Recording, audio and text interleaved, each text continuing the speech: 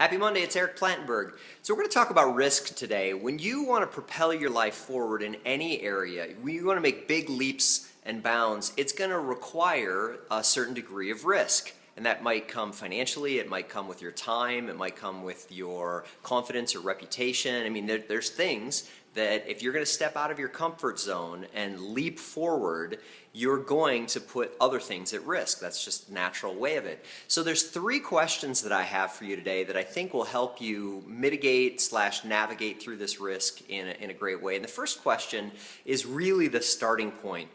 Is this thing that you want to do, and again, that could be a diet, it could be a new business, it could be a relationship, it could be a financial decision, it could be really a whole bunch of areas. It could be in many areas of your life. Is this something that you're feeling inside that you should do, or is it something that you have to do? I had a good friend that came up to me last week, and he is in the midst of a startup company, but he also has a full-time job, and he's really at that flexion point of, do I just leave the security of my full-time job and dive into the startup full-time, or like what do I do? That's what he's asking himself in his mind. And you know, my thought is that you never, ever, ever make a jump like that if you feel like it's something you should do. Because should comes with a lot of hesitation, it comes with a lot of energetic holdback. I love that Tony Robbins says, don't should on yourself.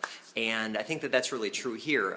My brother is in a situation right now that I really admire because he's in a career that he loves. He just got a huge promotion in the last couple of years and he's really grooving.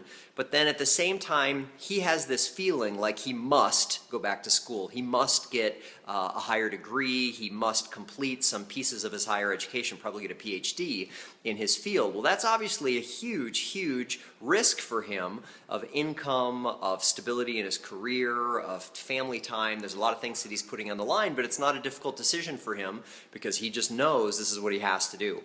When you have to do something, you will figure out how to get it done.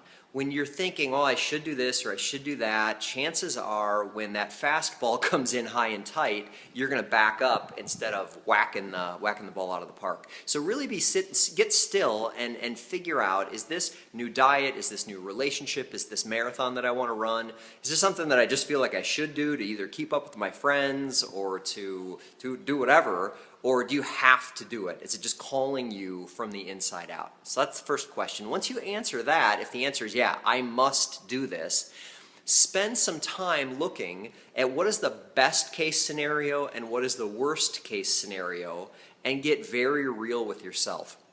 Most people, especially in business context, I think that they overweigh the one side of the equation. They either think that the upshot is super high and that the low, based upon maybe their optimistic personality or whatever, is not that low, or the pessimistic people, they do the opposite.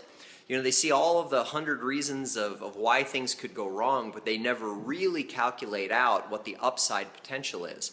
Spend time, talk to other people, get a real clear picture of how awesome things could be if everything goes right, or how if you crash and burn, like what's the downside of this? By knowing that going in, you'll be pragmatic, realistic, you'll look at your obstacles, and then at the same time, you'll have the proper motivation and fuel understanding why this is such a big deal if you complete it. So knowing that full spectrum of wins and losses is important. Once you've done that, then there's one piece left, and that's to really get clear on why, if you fail, if the worst case scenario happens, I actually get out a pen and paper and I do this. I write down all of the reasons why it would be a good thing. Why would it be a good thing if that race that you want to run, you either don't get the time you want or you don't complete it all? Why would it be a good thing if your startup falls totally on its head? Why would it be a good thing if this new marketing initiative that you have in your business doesn't work out at all? When you can really be clear on what the good is of the downside, this totally frees you up because now you're in a win-win. If you hit the ball out of the park, you do awesome, everything goes according to plan, you win, great.